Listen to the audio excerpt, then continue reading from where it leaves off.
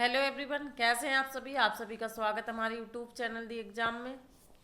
चलिए स्टार्ट करते हैं आज की क्लास। ये सी टेट के क्वेश्चन हैं, इसी तरह के पूछे जाते हैं सी टेट में क्वेश्चन। चलिए स्टार्ट करते हैं। मनोविज्ञान की जननी किसे कहा जाता है? इसके ऑप्शन दे रखे हैं। ए समाजशास्त्र, बी अर्थशास्त्र, सी दर्शन शास्त्र और डी दे रखा राजनीतिक शास्त्र। तो आप लोग बताएं इसका राइट आंसर क्या हो जाएगा। इसका राइट आंसर हो जाएगा सी दर्शन शास्त्र। अर्थशास्त्र की जननी किसको कहा जाता है? दर्शन शास्त्र के लिए। चलिए चलते हैं अगले क्वेश्चन पे।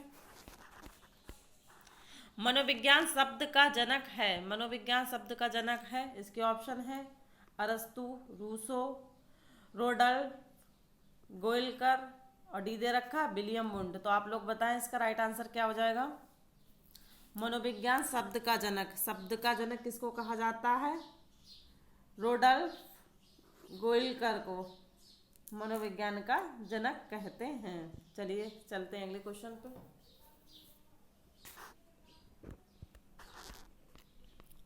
साइकोलॉजी शब्द में साइको का अर्थ है, इसके ऑप्शन है मन, चेतना, व्यवहार और आत्मा। तो आप लोग बताएं इसका सही आंसर क्या हो जाएगा। साइकोलॉजी शब्द में साइको का अर्थ पूछा गया है, तो इसका राइट आंसर हो जाएगा डी आत्मा। साइकोलॉजी शब्द में साइको का अर्थ क्या है? आत्मा। चलिए अगले क्वेश्चन पे चलते हैं। शताब्दियों पूर्व मनोविज्ञान को किसका विज्ञान माना गया था, माना जाता था? व्यवहार विज्ञान का, चेतना विज्ञान का, मन का विज्ञान, आत्मा का विज्ञान। तो आप लोग बताएं इसका सही आंसर क्या है। इसका सही आंसर है डी आत्मा का विज्ञान। चलिए अगले क्वेश्चन पे चलते हैं। इसी तरह से 16वीं शताब्दी में पूछे तो 16वीं शताब्दी में भी क्या कहते थे? 16वीं शताब्दी में भी आत्मा का विज्ञान ही कहते थे। चलिए अगले क्वेश्चन पे चलते हैं। वर्तमान समय में मनोविज्ञान है, वर्तमान समय में मनोविज्ञान को क्या कहते हैं? इसके ऑप्शन दे रखे हैं व्यवहार का विज्ञान, चेतना का विज्ञान, मन का विज्ञान और डी आत्मा का विज्ञान। तो वर्तमान समय में मनोविज्ञान को क्या कहते हैं? इसका राइट आंसर क्या हो जाएगा। इसका राइट आंसर हो जाए व्यवहार का विज्ञान बोलते हैं मनोविज्ञान को वर्तमान में। चलिए अगले क्वेश्चन पे चलते हैं। साइकोलॉजी शब्द किस भाषा से बना है? इसके ऑप्शन है इंग्लिश, रूसी, रोमन, ग्रीक भाषा। तो आप लोग बताएं इसको क्या किस भाषा से बना है साइकोलॉजी शब्द। इसका राइट आंसर हो जाएगा डी ग्रीक भाषा से। इसी तरह ग्रीक नहीं हो तो यूनानी हो तो भी सही हो जाएगा। ग्रीक यूनानी भाषा, यूनानी पद्धति भी कहते हैं।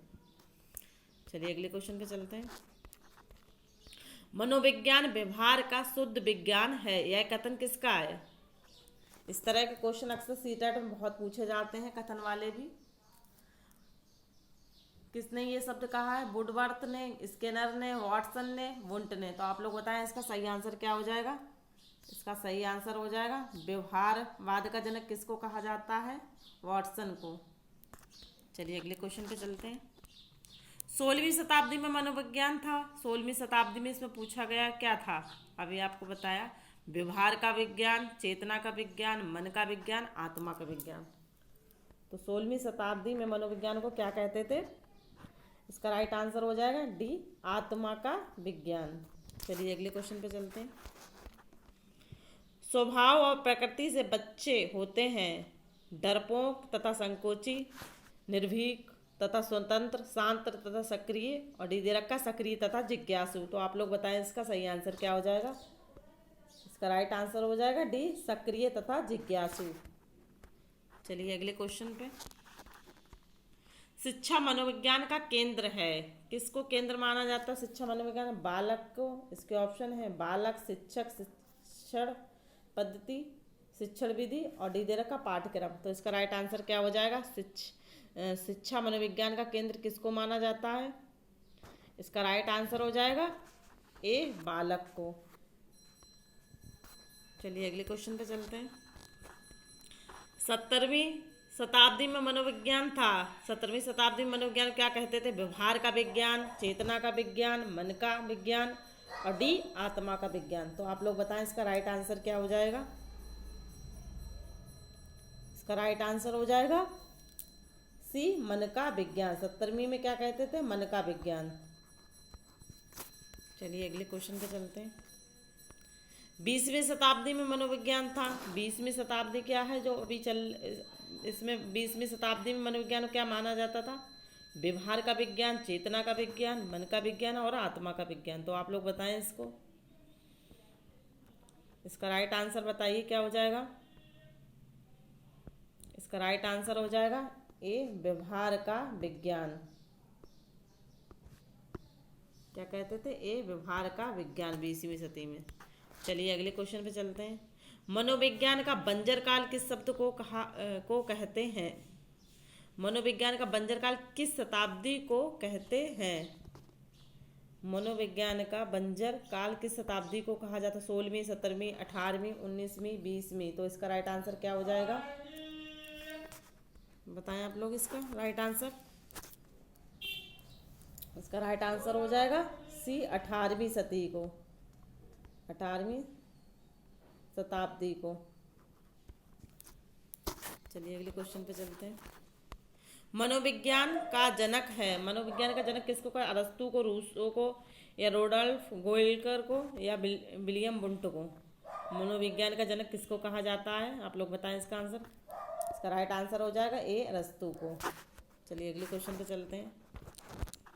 अनुभव एवं प्रशिक्षण द्वारा व्यवहार परिवर्तन को अधिगम कहते हैं। यह परिभाषा किसने दी है? इस तरह के सीटेट में बहुत क्वेश्चन पूछे जाए, इंपॉर्टेंट क्वेश्चन। आप लोग आंसर बताएं इसका क्या हो जाएगा? गिलफोर्ड ने, स्किनर ने, वुडवर्थ ने, गेट्स ने। तो इसका राइट आंसर क्या हो जाएगा? इसका राइट आंसर हो जाएगा डी, गेट्स ने। अनुभव एवं प्रशिक्षण द्वारा व्यवहार परिवर्तन को अधिगम कहते हैं। यह परिभाषा किसने दी है? गेट्स ने दी है। चलिए अगले क्वेश्चन पे चलते हैं। आधुनिक मनोविज्ञान का जनक किसको कहा जाता है? फ्राइड है, विलियम जेम्स है, वाटसन है, और लास्ट देर का टीचनर। तो आप लोग बताएं इसका राइट आंसर क्या हो जाएगा? इसका राइट आंसर हो जाएगा आधुनिक मनोविज्ञान के जनक किसको कहते हैं? विलियम जेम्स को कहते हैं।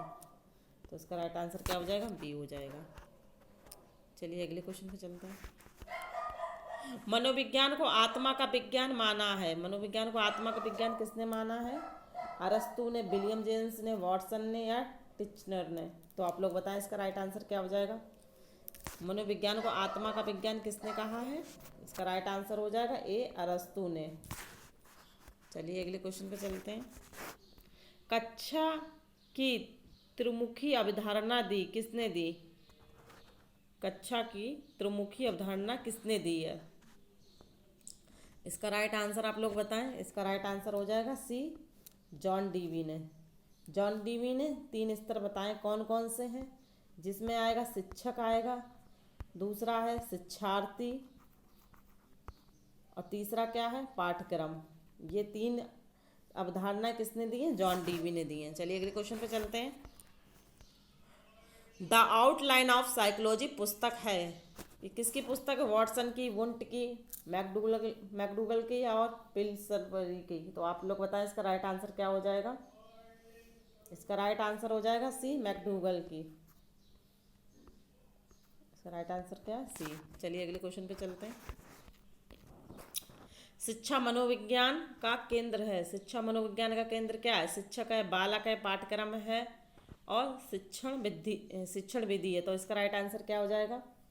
इसका राइट आंसर हो जाएगा शिक्षा मनोविज्ञान का केंद्र किसको माना है? बालक को। चलिए अगले क्वेश्चन पे। मनोविज्ञान में व्यवहारवाद क्रम प्रतिपादित किसने किया? व्यवहारवाद के जनक किसको कहा जाता है? आप लोग बताएं इसका सही आंसर क्या हो जाएगा? इसका राइट आंसर हो जाएगा वाटसन को। चलिए अगले क्वेश्चन पे चलते हैं। 20वीं शताब्दी को बच्चे की शताब्दी किसने कहा है?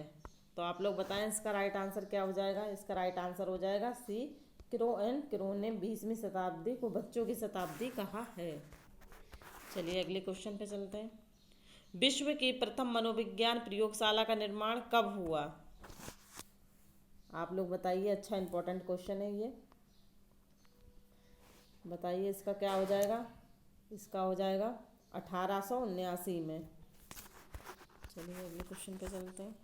व्यवहार के द्वारा व्यवहार में परिवर्तन होना ही अधिगम है। अधिगम की यह परिभाषा किसने दी है? आप लोग बताएं इसका राइट आंसर क्या हो जाएगा?